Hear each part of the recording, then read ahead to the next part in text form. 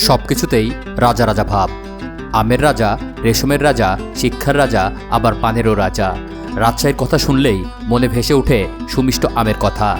কিন্তু রাজশাহীর পরিচয় শুধুমাত্র আম দিয়েই না। সরকারি হিসাব বলছে আমের চেয়ে পানের ব্যবসায় বেশি। আরও আছে রেশম বা সিল্ক। রেশম কাপড় মানেই হলো রাজশাহী। তবে সবার কাছে রাজশাহী হলো শিক্ষানগরী। এক শহরে এত শিক্ষা প্রতিষ্ঠান দেশের আর কোনো শহরেই নেই। শিক্ষায় স্বয়ংসম্পন্ন বলা চলে রাজশাহীকে। আবার শিক্ষার মানও ভালো। আছে শতাধিক কলেজ, শত শত স্কুল ও মাদ্রাসা। শুধুমাত্র এখনই না, হাজার বছর ধরেই এই অঞ্চল ছিল সমৃদ্ধ। হাজার বছর আগেই বৃহত্তর রাজশাহীর নওগাঁয় ছিল বিশ্ববিদ্যালয়। বৃহত্তর রাজশাহীর চাঁপাইনবাবগঞ্জ, নওগাঁ, নাটোর ও বগুড়ায় আজও রয়ে গেছে অনেক ঐতিহাসিক স্থাপনা। কোনোটি কয়েকশো বছরের পুরনো, আবার কোনোটির বয়স ছাড়িয়ে গেছে হাজার বছর। পরে ধীরে ধীরে আলাদা জেলা হয় সেগুলো।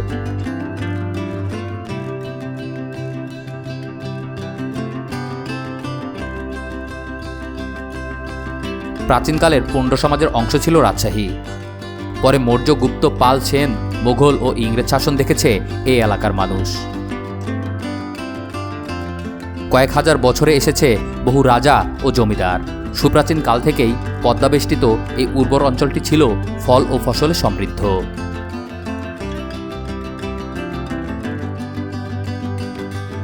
রাজশাহীর নামটা কিভাবে এলো তা এক গোলমেলে। এক একজন বলেন এক এক কথা, তাই সিদ্ধান্তে আসা কঠিন। বোঝাই যায় রাজাদের কারণেই নাম হয়েছে রাজশাহী। রাজা ও শাহ মিলে রাজশাহী।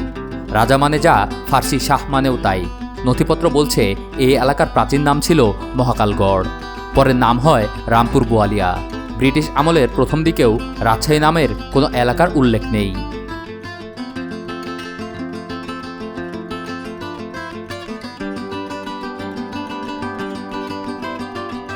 সতেরোশো থেকে 1725 সালে নবাব মুর্শিদ কুলি খাঁ রাজস্ব আদায়ের সুবিধার জন্য বাংলাকে 13টি চাকলায় ভাগ করেন। এর মধ্যে একটি ছিল চারুলা রাজশাহী। এর উত্তরে ছিল বর্তমান রাজশাহী, দক্ষিণে মুর্শিদাবাদের সঙ্গে অপর অংশ রাজশাহীর নিজ চাকলা।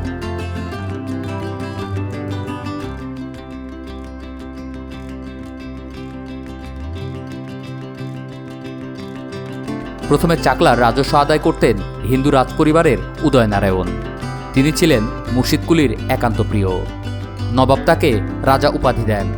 অনেকের মতে রাজা উপাধি পাওয়ার পরেই চাকলার নাম হয় রাজশাহী।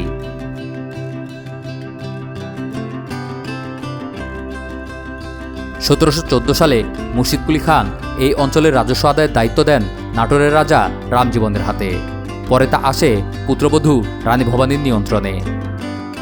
ঐতিহাসিক অক্ষয় কুমারের মতে রানী ভবানীর দেয়া নাম হল রাজশাহী। ব্রিটিশ আমলে একসময় সদর দপ্তর ছিল নাটোরে। নদীর নাব্যতা কমে যাওয়ায় তা সরিয়ে আনা হয় বর্তমান রাজশাহীতে।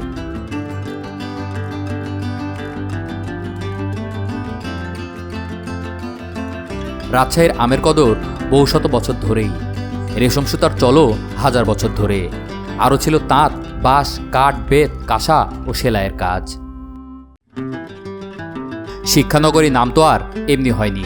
এখানে আছে বিশ্ববিদ্যালয়, মেডিকেল কলেজ, ক্যাডেট কলেজ, প্রকৌশল ও প্রযুক্তি বিশ্ববিদ্যালয়, টিচার ট্রেনিং কলেজ, শারীরিক শিক্ষা কলেজ। আরও আছে polytechnic institute, survey institute, nursing institute, vocational ও টেক্সটাইল ইনস্টিটিউট।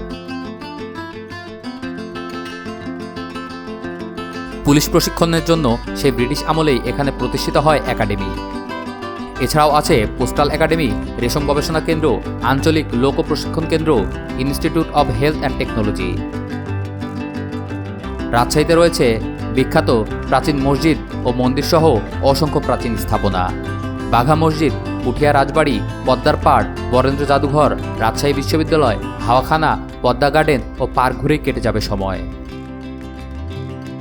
হিন্দু ধর্মের বিশ্বাস অনুযায়ী মা দুর্গার পৃথিবীতে প্রথম আবির্ভাব স্থল রাজশাহীর তাহিরপুরে।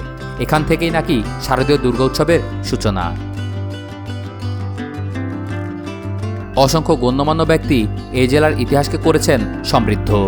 বাংলাদেশের প্রথম স্বরাষ্ট্রমন্ত্রী ও প্রবাসী বাংলাদেশ সরকারের সদস্য AHM কামরুজ্জামানের পৈতৃক বাড়ি রাজশাহী জেলার কাদিরগঞ্জ মহল্লায়।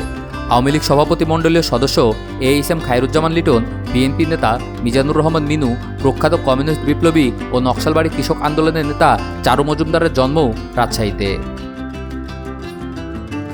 ইতিহাসবিদ ও প্রখ্যাত আইনজীবী অক্ষয় কুমার মৈত্র, কথাসাহিত্যিক আজিজুল হক ও সেলিনা হোসেন, সঙ্গীতশিল্পী অ্যান্ড্রু কিশোর, বিখ্যাত ক্রীড়া ধারাভাষ্যকার খোদাবক্স মৃধা, বাংলাদেশ ক্রিকেট দলের সাবেক ক্রিকেটার খালেদ মাসুদ পাইলটও রাজশাহীর সন্তান।